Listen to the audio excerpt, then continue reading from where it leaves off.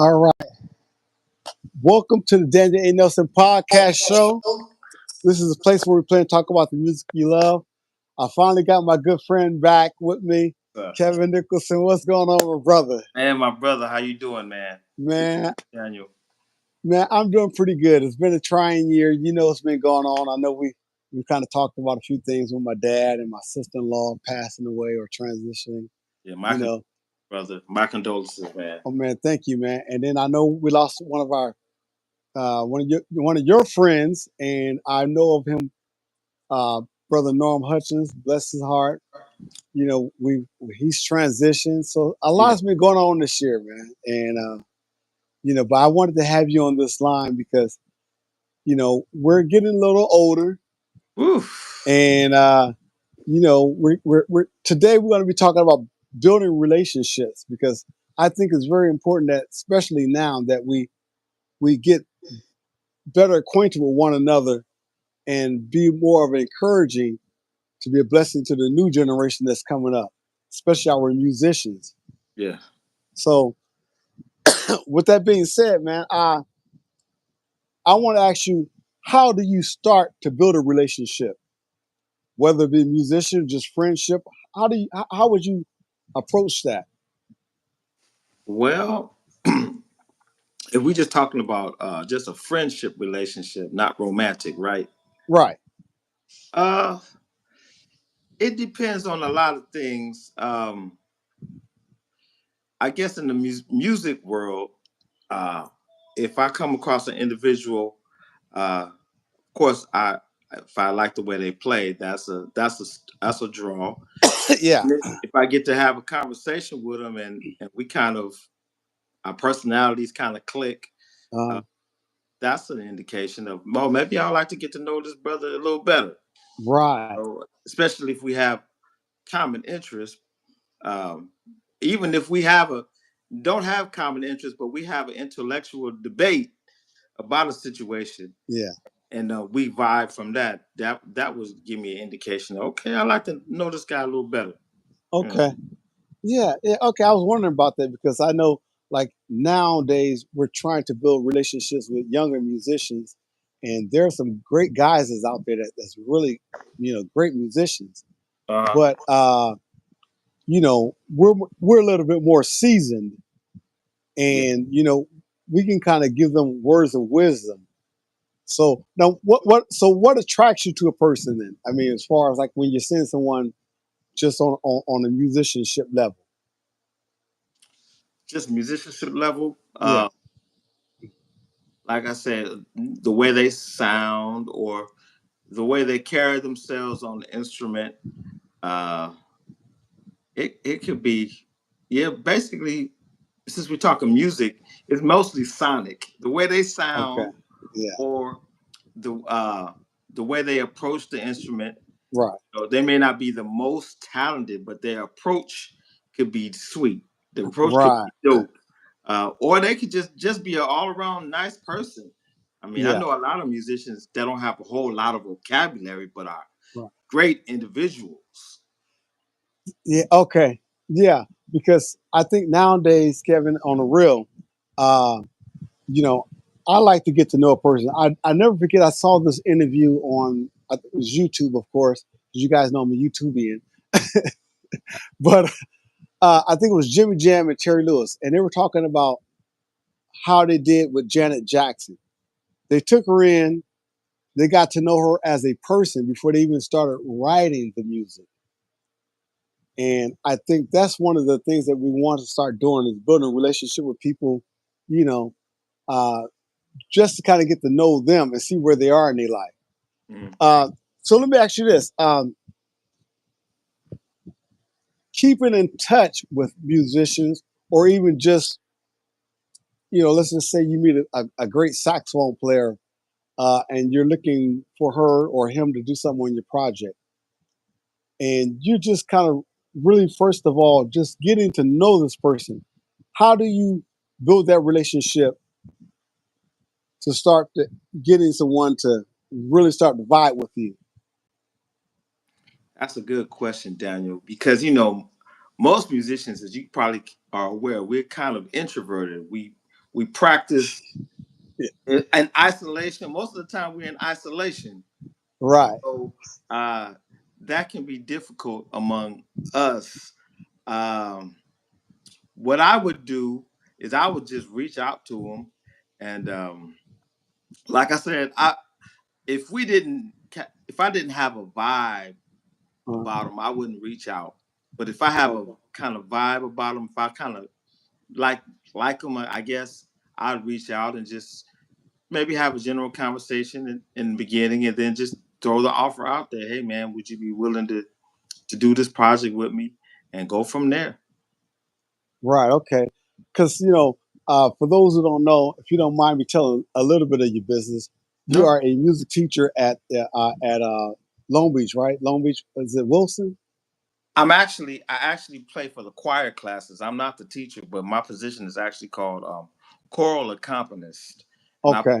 I play for three choir classes and the jazz band, and on occasion orchestra. So Okay.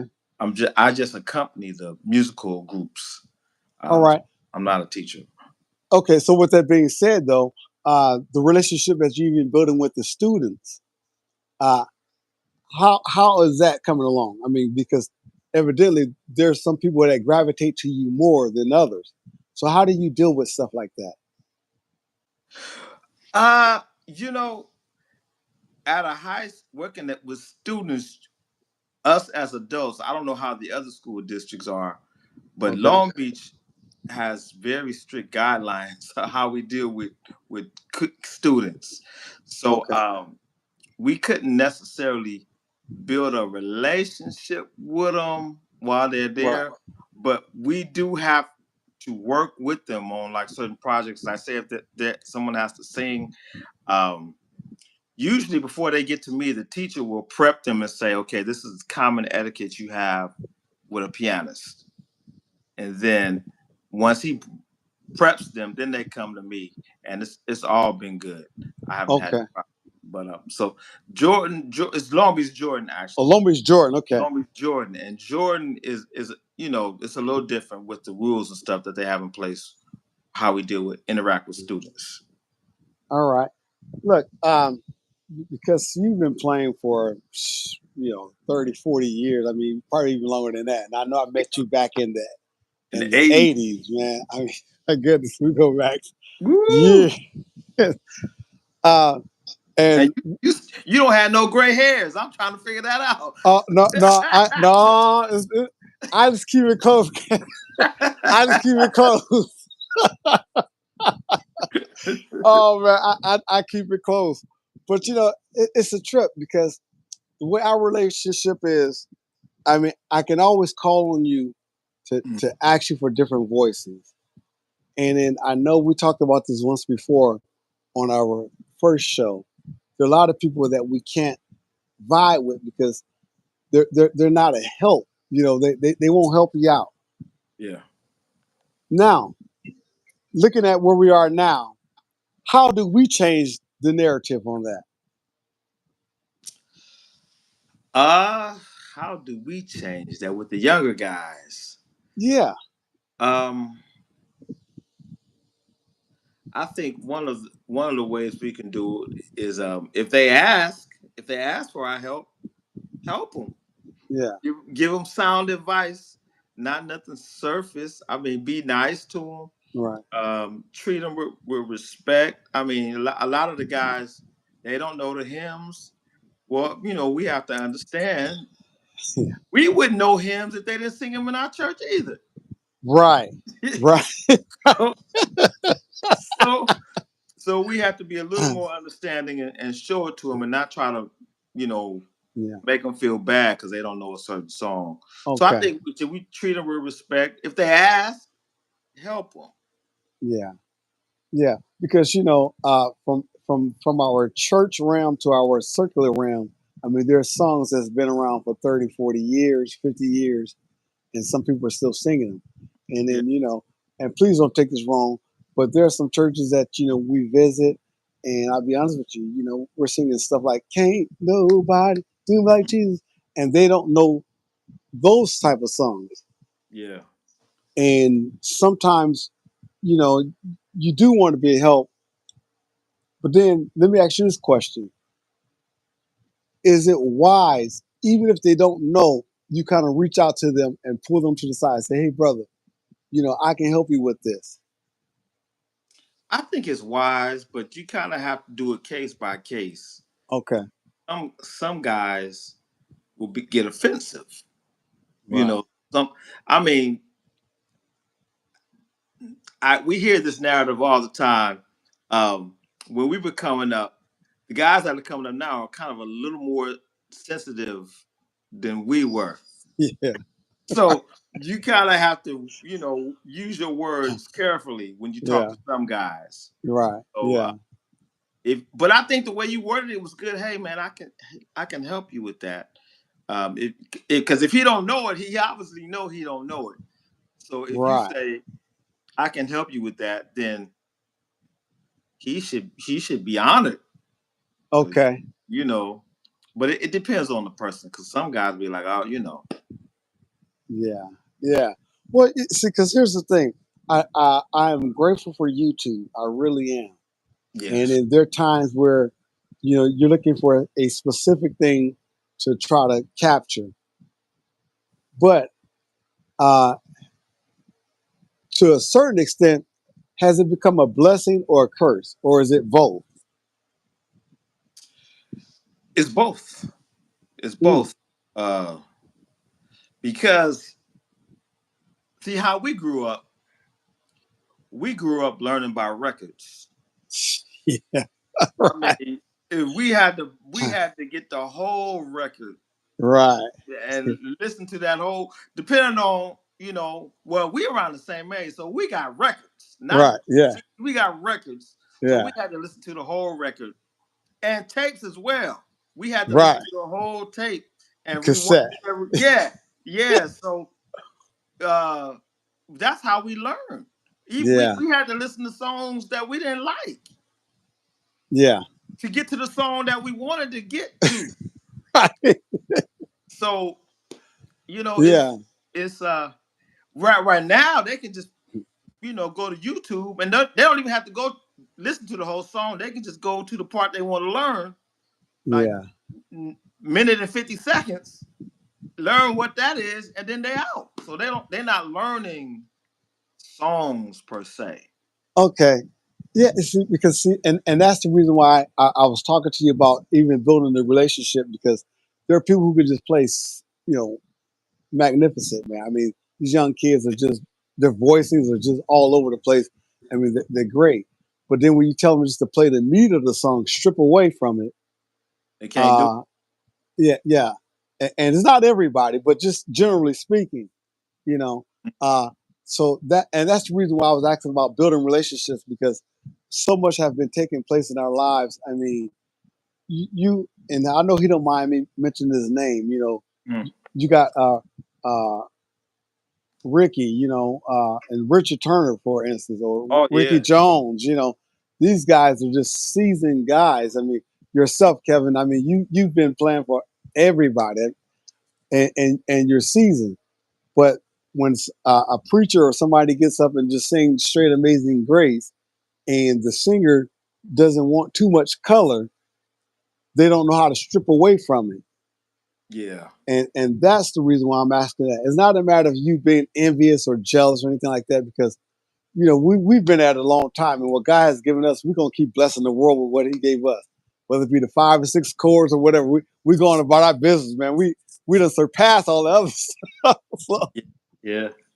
but that's the reason why I was asking about the relationship. So we have a lot of females that are being recognized. Yeah. Talk to me about that. How do you And feel about that? I love it. I love it. Now, I will admit I can't be chauvinistic about some things, but Okay, music is not one. man. Music is not one. I Right, female musicians have to, in my opinion, have a sensitivity on the keyboards uh, that's hard sometimes for us gentlemen to replicate. In man. my opinion, You know what? I agree with you, because the dexterity is just so. different, Yeah, you know, it's different. uh, and their feel, their Yeah, expression is different, yeah, and but that's what I love about music. Period. I mean, it's amazing. We both can play the same song, and yet their expression is just different, and the yeah, vibe. Not saying that I can't play it well or you can't play it well, but their expression is just different. is different, and Yeah, that's what I love about it. And I give kudos off to the women musicians because the ones that I have been meeting lately, I mean, like you say, I mean, there's no gender difference in Christ, and there's no gender difference in music. But I do marvel at some of the things that the ladies are doing nowadays. Like, whoa, you take a step back, say, okay, I've noticed too that a lot of the women don't have any egos. The ones that I've met, even the ones that I've seen on YouTube, because yeah, I there's a few killer young ladies on YouTube, on Instagram that I watch. yeah, And they seem to really be nice. right, yeah. You It- know, it- even a few. Go ahead. no, no, But go I was ahead. gonna say even a few that I've reached out to on Facebook, they've been really nice. Right, yeah, You know, yeah. so, And that's the thing too. I mean, because let's just face it, this is outside of music. They're the mhm, opposite sex, and then sometimes you're letting them know that I'm not trying to hit on you or anything like that, but I do admire what you're doing. mhm, So and it goes both ways. yeah. But the thing is, now I'll be honest with you. I had a conversation with another person, and we talked about this. And this, hopefully, this don't sound sexist. So those who want to put some on the chat and talk about me, that's fine. Mhm. But this is what I said. It. How can I word it correctly? It's a thing to whereas when people see a female out in front, I think it gets a little bit more attention. But then when the person can actually sing or play, that takes it to another level. Took it to another level. And that's what I've been seeing. And Yes. I applaud them, man, because it's like, you know what? Because most of the time it's like, well, she's a female, give her a little bit, and that's that. But Yeah. no, man, they keeping up, brother. They keeping up. So I applaud the women. Man, there's a couple of women that I can name um, that look good and play extremely well. So Right. I mean, you got Joe Evelyn Parker's, who looks like a model. Right. Yeah. There- There's a um, there's a young lady in Atlanta. I think her name is Natalie. She plays with Donnie McClurkin. Okay. Her and Joe are similar build. They look like models. But Wow. she can play too. And then of course there's Cassandra, my dear good friend. She's one of the coldest keyboard players that I know, and she's attractive as well. I reached out to her as a matter of fact because we were doing this thing, one of these Prince tribute, and I Oh kind of yeah. yeah, I reached out to her, just to kind of get the voice, Uh, and maybe she'll watch this. I don't know, but I said, I know you don't know me, but you know my good friend Kevin. I use your name, oh, that's all and good. All good. uh, because I was just trying to get the voice in on certain things because she played with Prince, of course. She sure did. So Yeah, so it was the thing to whereas you know help help a brother out, because I want to keep my gig, man. When she came through, man, she just responded. She's like, Oh, "Oh, did this is what we're doing. Yeah, this is what I'm doing." I'm like saying, bless you, and I love people like that because again, like I said, with it being the opposite sex, sometimes people might feel like, yeah, okay, this brother trying to slide into my DMs, and you yeah. know, and then I hate to start off every conversation. Okay, I'm happily married. Blah blah blah blah. You know, I I I feel like Yeah, I shouldn't have to do that. You know, but yeah. kudos to you, Cassandra. I appreciate you for even just reaching out. Hey, Kevin, check this out. All Uh-huh. right, because I don't want to keep you tied up all day, That's all good. but I want to talk to you about what's happening in our churches because after the COVID, I know we talked about this once before, Hmm. and the musicianships, a lot of people decided they didn't want to come back and play for the church. Some were coming back, and then some of the pastors, because of the financial status in the church, things have changed. Uh, Talk to my audience about that. Man, I'm gonna have to be honest and say I was one of those that didn't want to come back either. Okay. But, Yeah. but, but the reason of that was, of course, we was off for so long. Yeah. Number one, and then number two, I allowed myself to get burnt out before COVID, and I didn't Yeah. know I didn't realize I was burned out Wow. until COVID. When I got the rest, Right. and we rested for the what 2 or 3 Yeah, about years, two. Yeah, 2 years. 2 years, Yeah. and I got so comfortable, man, and Right. we started doing the with the live recordings. We started doing that. Yeah. We just come in with the pastor and the praise team, and you do, with the band, and you do that, Man. and you don't have to worry about nobody sitting on you. Everybody's there with Oh, one goal in brother. mind. Man, that was like some of the most fun I've ever had because Yeah. there was no audience there, but the presence of God was always there. Right. Yeah. So that made me not really want to come back. But I'm be honest, I recently just found out why we need to come back because Oh. we need as Christians. Yeah. The Bible says, "Forsake not the assembling of Yeah. The it's gathering. Yeah. Yeah. yeah, the Right. gathering, yeah." Yeah. So we need the church because the church, you inspire me as a brother Wow. in Christ. Yeah. We inspire each other as brothers Right. in Christ. We need that because if we're always isolated, the devil can come in and jack us up. Kevin, that's 100% true. The fellowship is very much needed, The and fellowship, yes. the reality is, I'll be honest with you. I mean, I play with two bands, man. They're great bands and everything. Uh, they didn't stop coming together. I mean, Man, I wish I could send my I wish I could play and send it to the show. I heard I don't know if I saw this on Facebook or whatever it was, but somebody said everybody went back to doing what they were supposed to do except church. Right. Yep. Everybody started going back to the movies. They went back to work. They went back to the Staples Center, wherever. Yeah. But when they came to church, and I ain't Right. gonna lie, God is my witness. Yeah. I was one, Yeah. but I was blinded.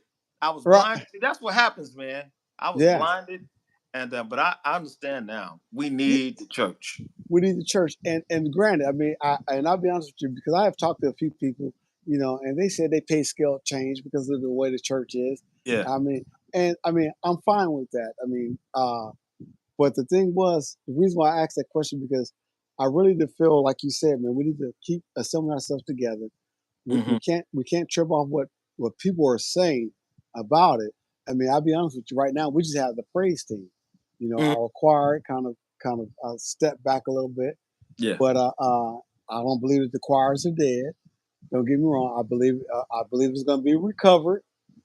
But with that being said, we're still pushing on, and I want my fellow musicians, especially my old school musicians, to encourage the younger brothers to keep coming because there's some people who just stopped playing altogether for church because the finance changed, and they were taking the church as a gig. And Hmm. I was up front with them. I said, well, you know what? I play in these bands, and I know what I'm going to go do. I'm going to go do my job and make my money. Yeah, have a little fun. I can do both. But the bottom line is, I know the purpose. Yeah. But if you're using the church for a gig, then to me, I think that's kind of shameful.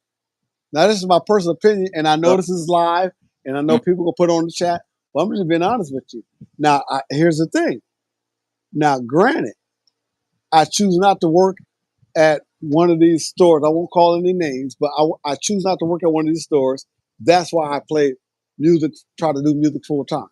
Hmm. You know. Now, Yeah. if I have to, don't get me wrong. I Oh, sure will put in an application. yeah. I know what you mean. I know what you mean. you Yeah. I ain't too proud to beg, Kevin. So And but like I said, I really want to encourage our younger musicians who are coming up. I think I lost you. no, can you hear me? Oh, yeah. Yeah. Okay, there you Yeah. go. There you Yeah. go. I'm listening. So Yeah. so so give a shout out and say something about that. Give a word of encouragement to our younger musicians if you can on that. On regard. As far as taking the church for just sole purpose to make money.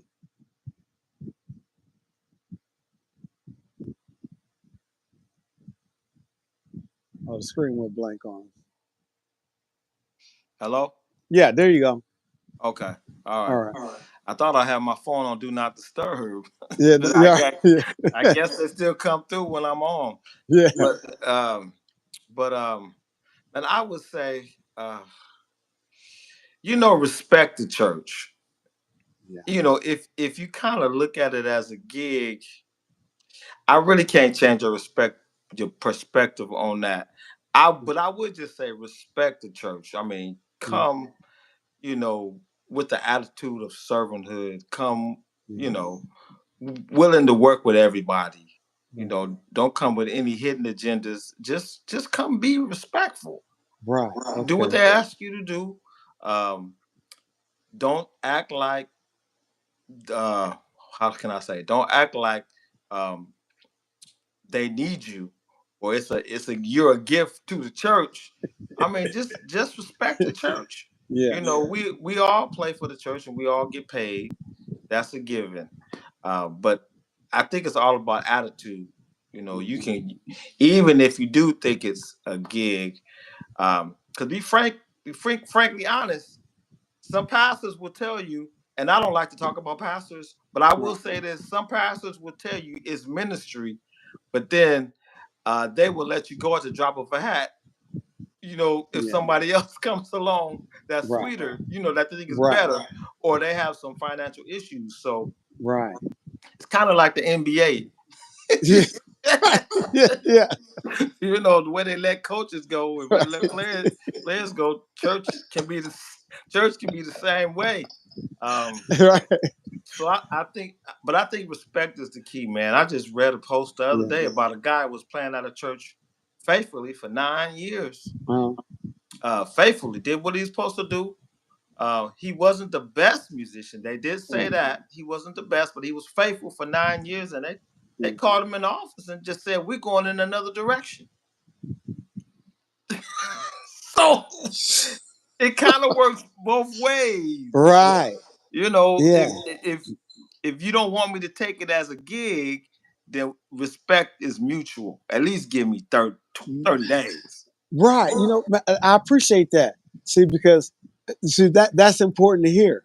Hmm. That's important to hear because see, and it's not every pastor, but what you just No. said is powerful. Yeah. What you just said is powerful. So, pastors, if you decide to listen to this podcast and this YouTube show, you guys need to listen to that. That's on the real. And it's not throwing a stone at anybody, but Yeah. it's a mutual thing. So, yeah, man, I appreciate you so much, man, for taking your time out to rap with us, man. I Thank you for mean, having me. Thank you man, for having you me. always a blessing, man. And for those who don't know, this guy right here, I mean, you ask him anything, and his temperance is just like this. I Uh, never seen Kev angry. So, now I say you don't get angry, but his temperance is like this. This is Bless one you. of the coolest guys you ever want to meet. Man, Back bless at you. you. I Back at you. appreciate you, man. Thank you so much, man. And we'll be talking real soon, Kev. Yeah. Thank you so much, man. Love you, All right, bro. man. Love you Take too, man. All right. take care. All right. Have a Bye bye. good one. All You right. too. Bye bye.